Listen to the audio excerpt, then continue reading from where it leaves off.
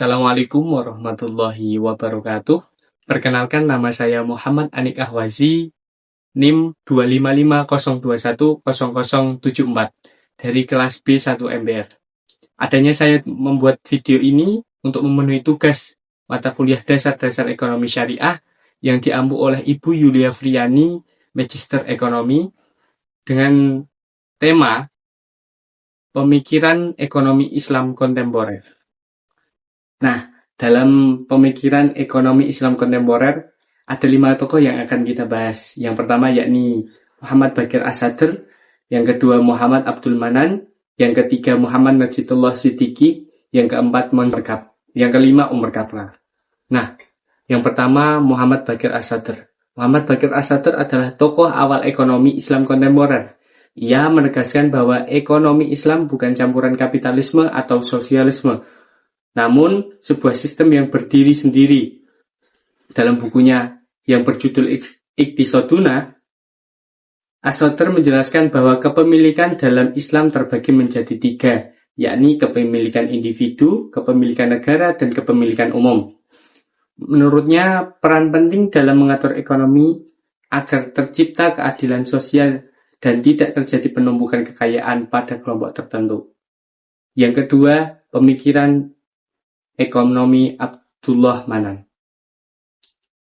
Muhammad Abdullah Manan memandang ekonomi Islam sebagai ekonomi sosial yang berlandaskan pada Al-Quran dan Sunnah, serta dikembangkan melalui ijtihad untuk menjawab persoalan ekonomi yang terus berkembang. Ia menegaskan bahwa tujuan utama ekonomi Islam bukan semata-mata mengejar keuntungan materi, melainkan mewujudkan kesejahteraan secara menyeluruh dan mencakup semua aspek ekonomi, sosial, dan moral. Dalam pandangannya, aktivitas ekonomi harus selaras dengan nilai-nilai etika Islam agar mampu menciptakan keadilan yang seimbang dalam masyarakat.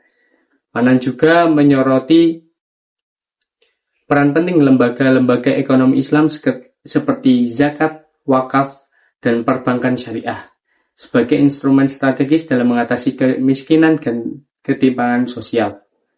Ia menilai bahwa lembaga-lembaga tersebut tidak hanya berfungsi sebagai sarana ibadah, namun juga sebagai mekanisme ekonomi yang efektif untuk meningkatkan kesejahteraan umat. Oleh karena itu, Manan menegaskan bahwa ekonomi Islam harus bersifat aplikatif, realistis, dan mampu diterapkan dalam sistem ekonomi modern tanpa hilang nilai-nilai syariahnya. Yang ketiga, yakni Muhammad Najitullah Siddiqi. Muhammad Najitullah Siddiqi dikenal sebagai tokoh utama dalam pengembangan keuangan dan perbankan Islam, yang menolak praktik riba dan menawarkan sistem bagi hasil sebagai alternatif yang adil. Menurut Siddiqi, sistem keuangan Islam harus mendorong transparansi dan pembagian risiko antara pemilik modal dan pelaku usaha. Ia menekan bahwa ekonomi Islam tidak hanya bersifat teknis, namun juga memiliki nilai moral dan sosial. Yang keempat, Monzir. Monzir banyak membahas perilaku ekonomi individu dalam Islam. Ia menekan bahwa setiap keputusan ekonomi seseorang muslim harus mempertimbangkan nilai halal dan haram, serta dampak bagi masyarakatnya. Selain itu, Monzir melihat zakat sebagai instrumen ekonomi yang sangat penting, tidak hanya sebagai ibadah, namun juga sebagai alat distribusi kekayaan untuk mencapai keadilan sosial dan stabilitas ekonomi. Yang kelima, Umar Kapra. Umar Kapra menekankan bahwa tujuan akhir ekonomi Islam adalah tercapainya falah, yaitu kesejahteraan dunia dan akhirat. Ia mengkritik sistem ekonomi konvensional yang terlalu fokus pada pertumbuhan ekonomi tanpa memerhatikan keadilan distribusi.